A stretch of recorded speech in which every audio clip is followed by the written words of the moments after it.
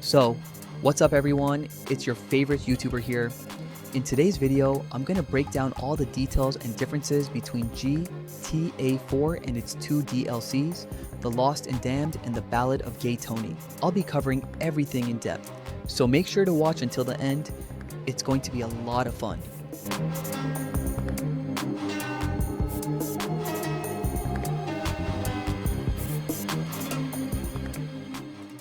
First of all, let's talk about GTA 4. Since the game is based in Liberty City, which is a fictional city created by Rockstar, it's heavily inspired by New York. In real life, New York often has a lot of smog and a hazy atmosphere, and GTA 4 captures that perfectly. It has that signature New York vibe with all the fog and haze, though it's a bit clearer compared to GTA 3.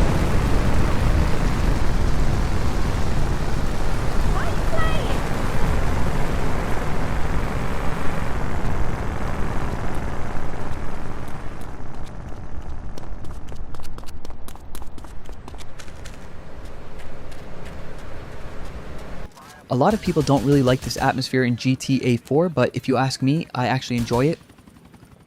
However, the one thing I'm not a fan of is that the atmosphere feels a bit too gray all the time.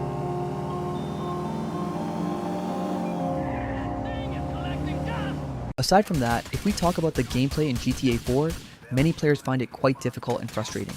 This is because the mechanics in GTA 4 are extremely realistic, especially when compared to GTA San Andreas or GTA 5. Even the driving physics are highly realistic, which is exactly why some people get frustrated. But in my opinion, GTA 4 has the best gameplay. The graphics are solid and the realism is top notch.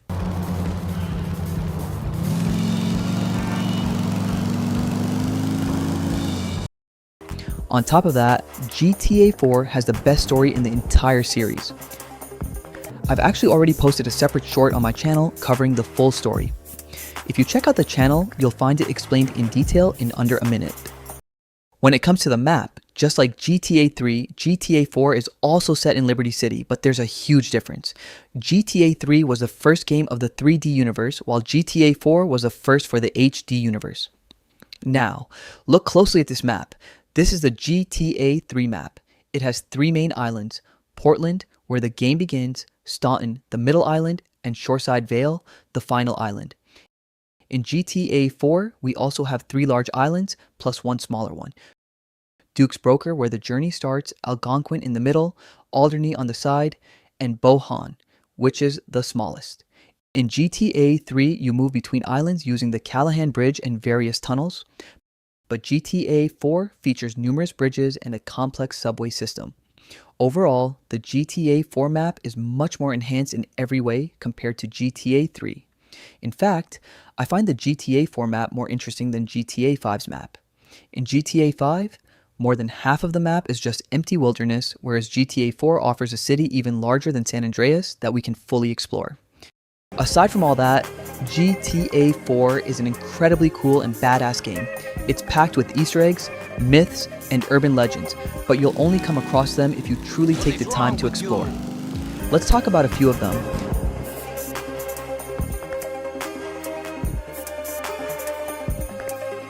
I've already posted a short on my channel about one famous Easter egg, the Heart of Liberty. Inside the Statue of Happiness, there is a literal giant heart, still beating and held in place by massive chains. Then, there's the famous urban legend you might encounter while wandering through the subway tunnels. Ratmon. He's described as having a human body but the head of a rat. GTA 4 also features plenty of side missions and unique characters. Some even appear in the main story, like Badman, who even attended Roman's wedding. We get separate side missions from him as well. One specific side mission, called First Encounter, introduces us to a serial killer named Eddie Lowe. He is easily one of the most dangerous and disturbing characters in GTA 4. He is a literal serial killer, and his dialogue is incredibly eerie and creepy. Whatever you say. Hey, you're not from around here, are you? No, I'm from Florida. You're funny. You're a real joker. I knew a Joker once. Lovely guy. Came to a rather unfortunate end, though. But I suppose we all do. In the end. Okay. Wait, mister. Honestly, GTA 4 is such an interesting game, and there is so much more to it than just the main story. Now, let's talk about the first DLC released for GTA 4, The Lost and Damned.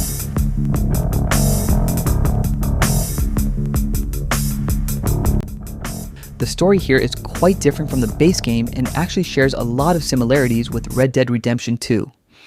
Both stories revolve around gangs. Arthur Morgan's Vanderlinde gang and Johnny Klebitz's The Lost MC.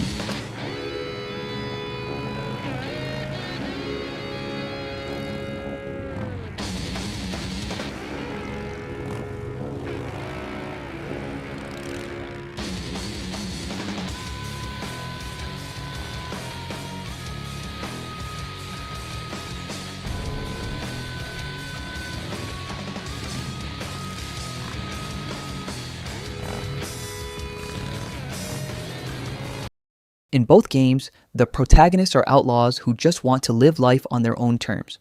Both gangs are eventually destroyed by the ego and madness of their leaders. Most importantly, both games show the end of an era. In RDR2, it's the end of the Old West, while in The Lost and Damned, it's the fading influence of biker culture in Liberty City.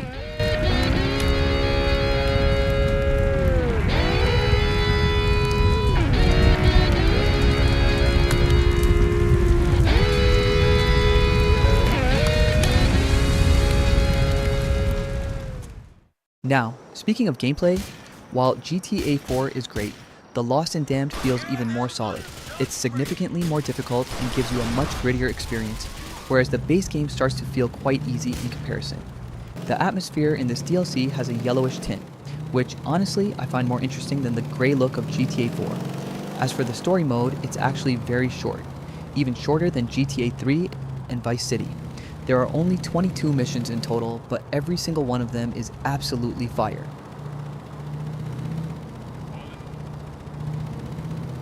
Now, let's move on to the second DLC for GTA 4, The Ballad of Gay Tony.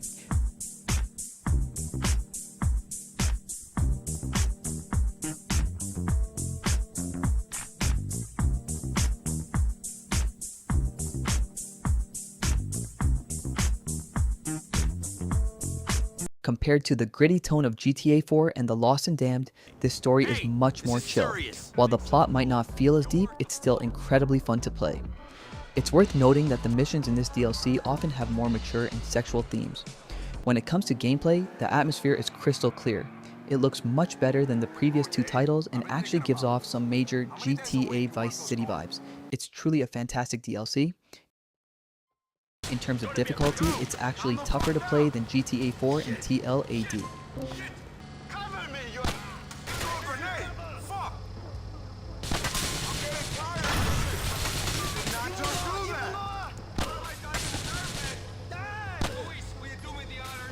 What makes it stand out are the things that weren't even shown in the other versions, like the addition of tanks.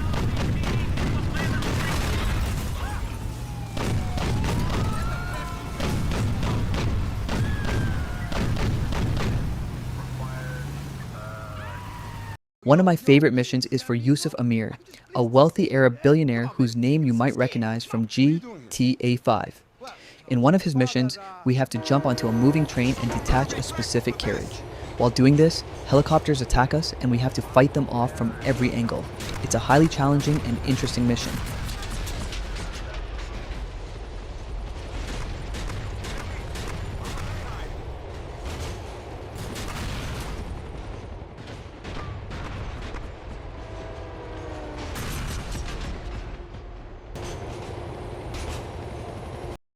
As for the story connection, you guys know that Ray Bulgarin was Nico's biggest old enemy in GTA 4, but Nico never actually gets to him. Interestingly, Bulgarin is the main villain of the Ballad of Gay Tony, and in the final mission, it's Luis Lopez who ultimately takes him down. I'll take my chances.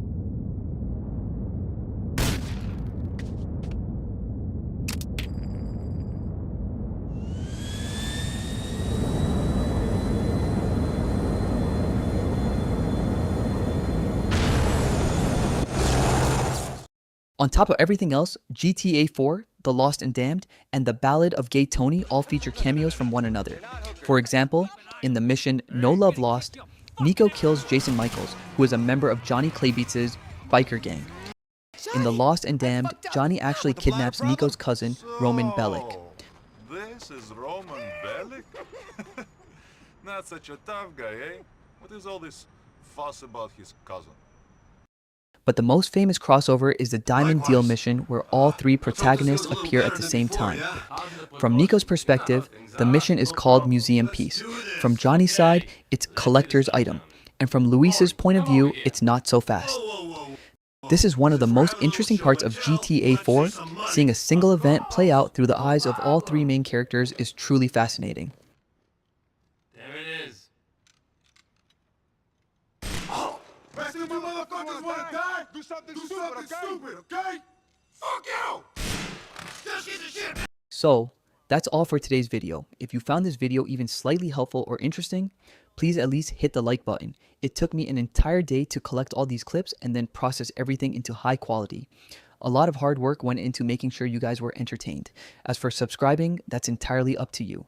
Take a look at my channel, and if you genuinely enjoy my content, then feel free to join the community. It's your call. Thanks for watching.